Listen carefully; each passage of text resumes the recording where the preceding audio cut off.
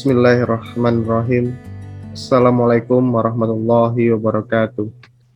Selamat datang saya ucapkan kepada mahasiswa program studi bimbingan dan penyuluhan Islam Fakultas Dakwah UIN Sultan Taha Saifuddin Jambi dalam perkuliahan psikologi. Hari ini kita akan mempelajari mengenai pengantar psikologi, dan untuk itu saya berharap kawan-kawan semua, kawan-kawan mahasiswa seluruhnya dapat memperhatikan materi ini dengan baik. Tentunya kita semua pernah mendengar istilah psikologi.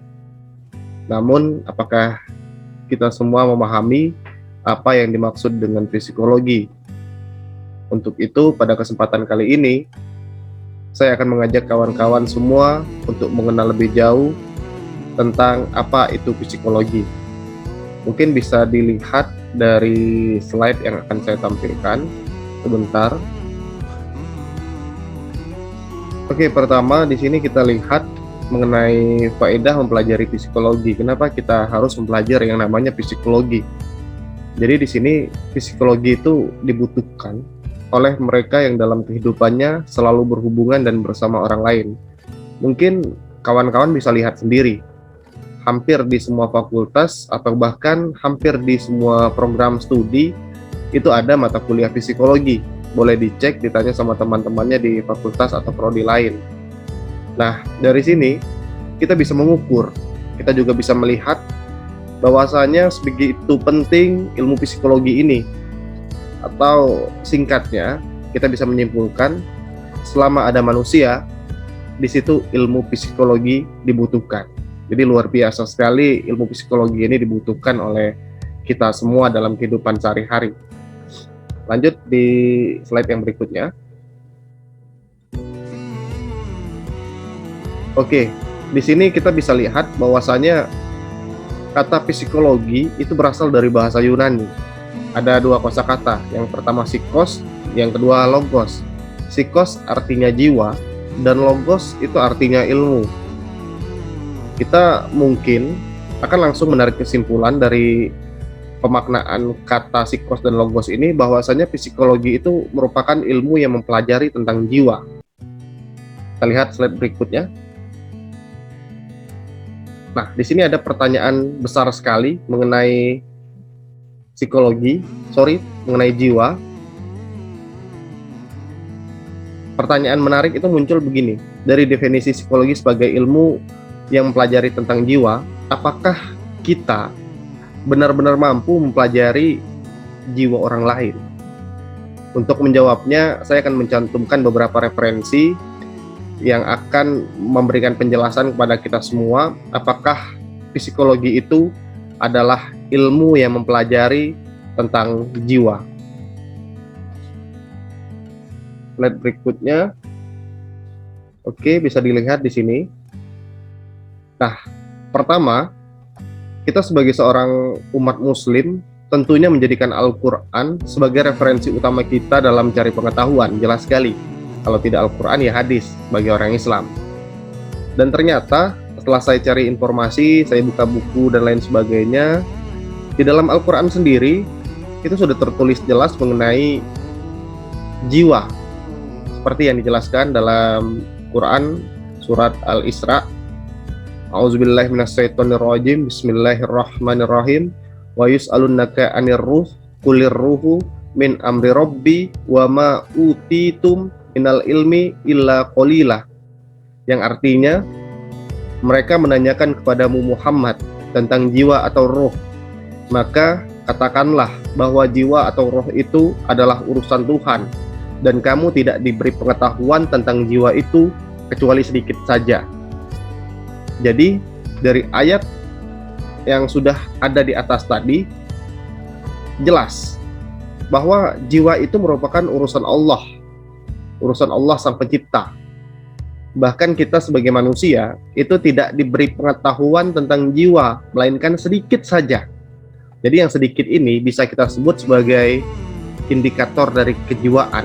Indikator dari kejiwaan seseorang itu bisa kita lebih tepat kita sebut dengan perilaku. Oke, jadi kita sudah melihat referensi dari Al-Quran. kita lihat referensi lain. Di slide berikutnya. Oke, di slide berikutnya kita bisa lihat dari sumber lain. Ini ilmuwan yang namanya besar sekali, bahkan sering kali disebut dalam segala sesuatu hal, yakni Thomas Alva Edison. Beliau menyebutkan begini, pikiran saya tidak mampu memahami hal seperti jiwa. Jiwa itu bersifat abstrak dan susah untuk dipelajari. Dari sini, kita semua tentu mendapat kesimpulan. Jelas bahwa kurang tepat apabila kita mendefinisikan psikologi sebagai ilmu yang mempelajari tentang jiwa, melainkan ilmu yang mempelajari tentang perilaku manusia, dan perilaku itu sendiri merupakan bagian terkecil dari jiwa manusia. Artinya kita rubah mindset kita. Mungkin di slide berikutnya jelas sekali di sini. Psikologi adalah ilmu yang mempelajari tentang jiwa. Salah, tapi ilmu yang mempelajari tentang perilaku. Jadi kita luruskan, kita ubah konsep berpikir kita yang mengatakan psikologi adalah ilmu yang mempelajari tentang jiwa, melainkan ilmu yang mempelajari tentang perilaku. Di slide berikutnya,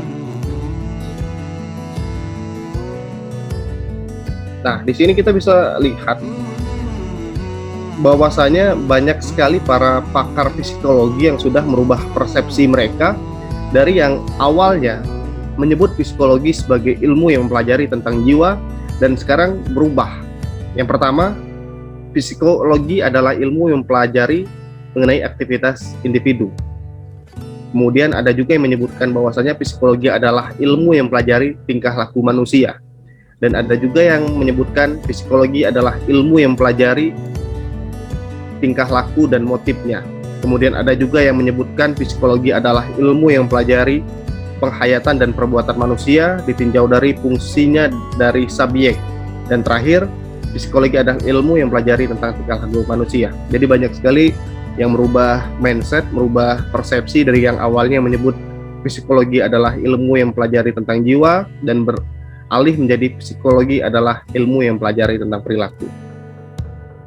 Oke, mungkin itu saja yang bisa saya sampaikan terkait pengantar mengenai psikologi, dan mudah-mudahan bisa dipahami dan mampu menambah pengetahuan untuk kita semua. Sebelum kelas saya tutup, sebagai bahan evaluasi saya, ada sedikit tugas soal latihan yang akan saya berikan untuk kawan-kawan semua, dan nanti akan saya share melalui grup WhatsApp kita. Jadi untuk tugas itu sendiri nanti batas waktu pengumpulannya selama 1 minggu, dimulai dari hari ini tugas itu diberikan sampai di pertemuan kita yang selanjutnya. Dan perlu diingat, apabila kawan-kawan mengumpulkan tugas lewat dari batas waktu yang sudah ditentukan, mohon maaf sekali, saya tidak akan menerima tugas dan kawan-kawan dianggap tidak mengerjakan tugas. Mohon dipahami, waktu yang diberikan sudah terlampau panjang. Oke, sekali lagi saya ucapkan terima kasih atas partisipasi kawan-kawan semua. Mari kita tutup perkuliahan pada kesempatan kali ini dengan sama-sama mengucap hamdalah. Alhamdulillahirabbil alamin. Terima kasih, sampai bertemu kembali di minggu depan. Saya tutup. Wassalamualaikum warahmatullahi wabarakatuh.